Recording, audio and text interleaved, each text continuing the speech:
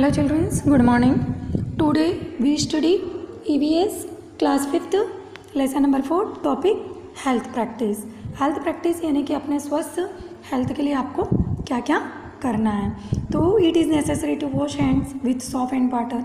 कहने का मतलब आपको आवश्यकता है अपने हाथ साबुन और पानी से नियमित रूप से धोना. Properly after going for defecation यानी कि शौचालय जाकर आप जब आते हो. There are millions of disease causing bacteria, क्योंकि लाखों बीमारियां किससे होती है? बैक्टीरिया से होती है. और वो बैक्टीरिया कहाँ होते हैं? हमारे हाथों में होते हैं. और if we do not wash our hand, और अगर हम हाथ नहीं धोएंगे तो disease causing bacteria enter our body. तो ये जो बैक्टीरिया होते हैं वो हमारी बॉडी में जाते हैं. द फूड वी ईट किसके द्वारा? जब हम खाना खाते हैं उसके द्वारा. सो दिस कैन कैजेस डिजीज़, और उसी से हमें बहुत सारी बीमारियां हो सकती है, चाहे वो हैंड से हो, फूड से या माउथ से हो, जैसे हेपेटाइटिस ए.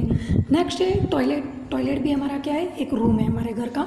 तो नीड्स ऑटमोस्ट क्लीनिंग, उसको भी साफ करने की सबसे ज़्यादा आवश्यकता है. अब इसके लिए आपको किस किस इक्विपमेंट की आवश्यकता होगी? तो मॉडर्न मॉप चाहिए होता है, टॉयलेट ब्रश चाहिए होता है, टॉयलेट बाउल क्लीनर भी होना चाहिए. इनसे आप अपना वॉशरूम यानी कि टॉयलेट साफ कर सकते हो. नेक्स्ट है, ये पूरा पैराग्राफ दे रखा है. सुजाता के घर पे मैड शांति यानी कि नौकरानी है जो कि घर का काम करती है.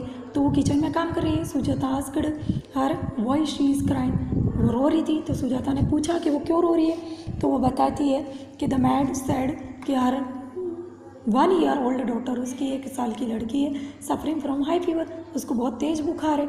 तो और वो उसको घर पर अकेली छोड़ के आई है. तो सुजाता जब उसकी आंखों में आंसू देखती है तो वो उसकी माँ को ये सब कुछ जाकर उसकी प्रॉब्लम बताती है. तो उसकी मम्मा जो होती है इमीडिएटली आस्क्ड शांति, उससे तुरंत पूछती है और गो होम, घर जाने के लिए कहती है, और लुक आफ्टर द डॉटर, और उसकी बेटी का देखभाल करने के लिए. सुजाता और उसकी माँ अब दोनों ने मिलकर क्या किया? दोनों घर के काम में लग जाती है. सुजाता भी उसकी मम्मी की हेल्प करती है. सुजाता की मम्मा बहुत खुश हो जाती है क्योंकि सुजाता ने उनकी हेल्प की, और कंसिडर की डर्टी और लो, और उसने ये भी कहा कि कोई भी काम छोटा या बड़ा नहीं होता, ऊंचा नीचा यानी कि गंदा नहीं होता, सभी काम एक जैसे होते. और हमें सभी कार्यों का क्या करना चाहिए? कामों का कंसिडर रेस्पेक्टफुल यानी कि सम्मान करना चाहिए, अप्रिशिएट. और उसकी मम्मा ने उसके कार्य के लिए उसको अप्रिशिएट भी किया, शाबाशी दी. Okay, the respect given to all kinds of labour. इसी तरह से हमें कोई भी काम वाला व्यक्ति हो उसकी हमें रेस्पेक्ट करनी चाहिए. Next people who help us. अब हमारी कौन कौन लोग मदद करते हैं? तो सुजाता के घर के आसपास भी बहुत सारे लोग हैं, जैसे कि मनिया स्वीपर है, झाड़ू निकालने का काम करता है. और वो क्या क्या करता है? गटर्स एंड ड्रेन्स यानी कि बड़े बड़े गटर और ड्रेन्स नालियाँ साफ करता है. स्वीप द रोड, रोड पर झाड़ू निकालता है. Spray insecticides during the rainy season, है ना, कि टू किल मॉस्किटो, मच्छरों को मारने के लिए वो दवाई का छिड़काव भी करता है. ही इज़ नॉट एजुकेटेड, वो पढ़ा लिखा नहीं है, परंतु वो चाहता है कि उसका बेटा स्कूल जाए और गवर्नमेंट ऑफिसर बने, और वो हमेशा खुश रहता है. जरिया क्या है? गार्बेज पीकर कचरा उठाने का काम करता है, और वो घर जाकर कचरा इकट्ठा करता है और फिर एक बड़े बॉक्स में उसको डालता है. He send his daughter Rita to school, वह भी उसकी बेटी को स्कूल भेजता है. क्यों? क्योंकि वह चाहता है कि उसकी बेटी पढ़ लिख कर क्या बने? डॉक्टर. काशीराम क्या है? माली है, जो कि सुजाता के जो गार्डन है उसमें पेड़ पौधों की देखभाल करता है, उनको पानी देने का काम करता है, सूखी पत्तियों को हटाता है ना. और throughout his life to give his son a good education, और वो बहुत हार्ड वर्किंग मेहनत करता है क्योंकि वह चाहता है कि उसका बेटा भी पढ़ लिख कर कुछ बने. आज उसका बेटा क्या है? इंजीनियर है. और he still works because he loves and enjoy his job. और वह उसके ऐसा क्यों कर पाए? क्योंकि वो उसके जॉब से, उसके कार्य से प्यार करता है. सुजाता, उसके दादाजी, उसके पापा, सब जने इन सब लोगों का रेस्पेक्ट करते हैं क्योंकि ये सब उनके लिए काम करते हैं, और ये सबको क्या समझते हैं? इक्वल समझते हैं, और उनकी मदद भी करते हैं. ट्रीटिंग एवरीवन एज इक्वल, हमें सबके साथ समानता का व्यवहार करना है. हमारा क्या है? इन इंडिया बिफोर इंडिपेंडेंस यानी कि जब हमारा भारत स्वतंत्र नहीं हुआ था तो वहाँ पर एक लो कास्ट होती थी जिनका काम क्या होता था? स्वीपिंग. कहने का मतलब टॉयलेट्स वगैरह साफ करना. अब इन लोगों को हाई कास्ट के जो लोग होते थे उनके साथ बहुत ये लोग उनके साथ बहुत गंदा व्यवहार करते थे, है ना। और इन लोगों को अनटचेबल यानी कि अछूत समझा जाता था। इनको विलेज में आने का ये नहीं था।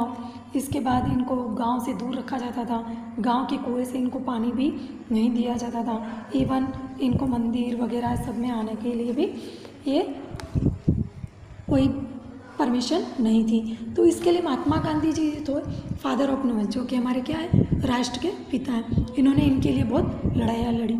और अनटचेबल के लिए क्या नाम दिया, हरिजन। हरिजन का मतलब क्या होता है, पीपल ऑफ गॉड, यानी कि लोगों के भगवान। इन्होंने इन लोगों के लिए बहुत कार्य किया। ये अक्सर इनकी कॉलोनी में जाते थे और इन्होंने इनकी कॉलोनी में जाकर इनका सेल्फ रिस्पेक्ट और सेल्फ कॉन्फिडेंस बढ़ाया। और गांधी जी चाहते थे कि उनको भी लोग उनके जो रोज़गार है, काम है, उसका रिस्पेक्ट करें। और वो चाहते थे कि कोई भी काम छोटा बड़ा नहीं होता था, यानी कोई भी उनका जैसे कि इलिटरेट नहीं करे।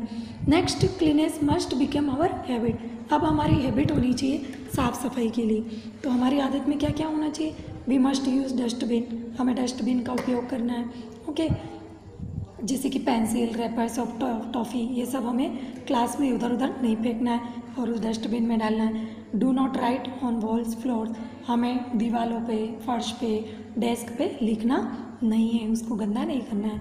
और नाइदर स्पिट नॉर स्प्रेड, हमें इधर उधर थूकना भी नहीं है। Contribute in maintaining cleanliness in our street, हमें अपने जैसे कॉलोनी है, गली है, घर पे साफ़ सफाई के लिए हमें उनका कंट्रीब्यूशन करना चाहिए, हाथ बटाना चाहिए। और पार्टिसिपेट इन स्ट्रीट प्लेस, और गली से अगर सफाई से संबंधित कोई कार्य हो रहा है तो हमें भी उसमें पार्टिसिपेट करना है। Thank you childrens, our lesson is complete. Next